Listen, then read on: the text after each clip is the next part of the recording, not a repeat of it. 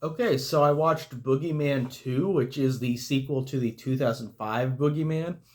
And I believe this was direct to video. It really felt like it was, or looked like it was. But let's get started. But first off, actually, before we get started with Boogeyman 2, I'll talk about Boogeyman 1 from 2005. Um, I thought that movie was really boring and dull and really dumb from 2005. I honestly like the 1981 better because it's so bad and so ridiculous that I can remember it at least. I barely remember anything about the 2005 Boogeyman. I just think that one's so unmemorable. It was in the 2000s where it was just a lot of lame CGI and just really just annoying kind of stuff I don't like from horror, even if it's dumb. I just thought it was boring dumb. Um, so Boogeyman 1, basically I just whatever, I don't like it. But Boogeyman 2, the sequel, um, it's not really a sequel. It's just another Boogeyman movie. So it opens like the other movie where somebody is killed at the beginning by the Boogeyman. And so I did like that there was a connection between those two in that way. Um, but you have these two characters, Laura and Henry. They're brother and sister. Family member gets killed whenever they're kids, and now Laura is in this institution.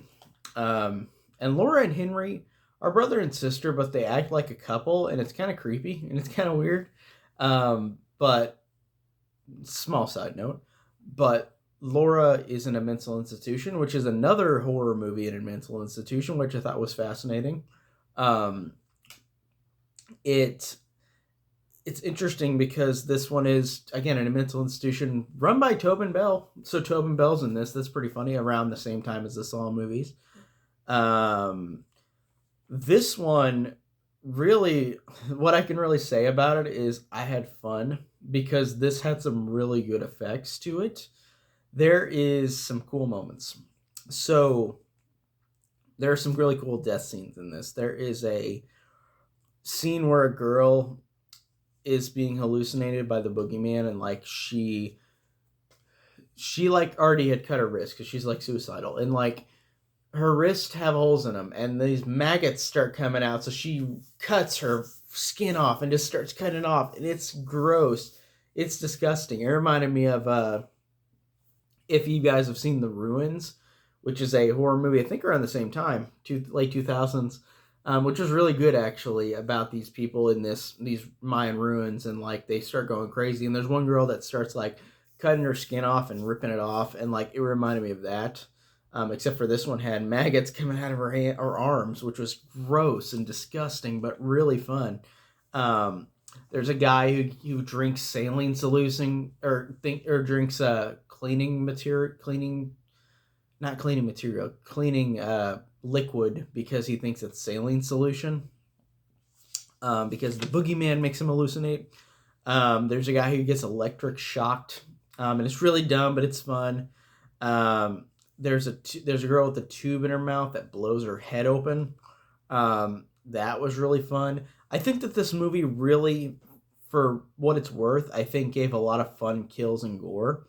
Um, and I won't say it here, but this movie has a good twist to it. I was actually surprised. This one gave something more than I expected out of this movie.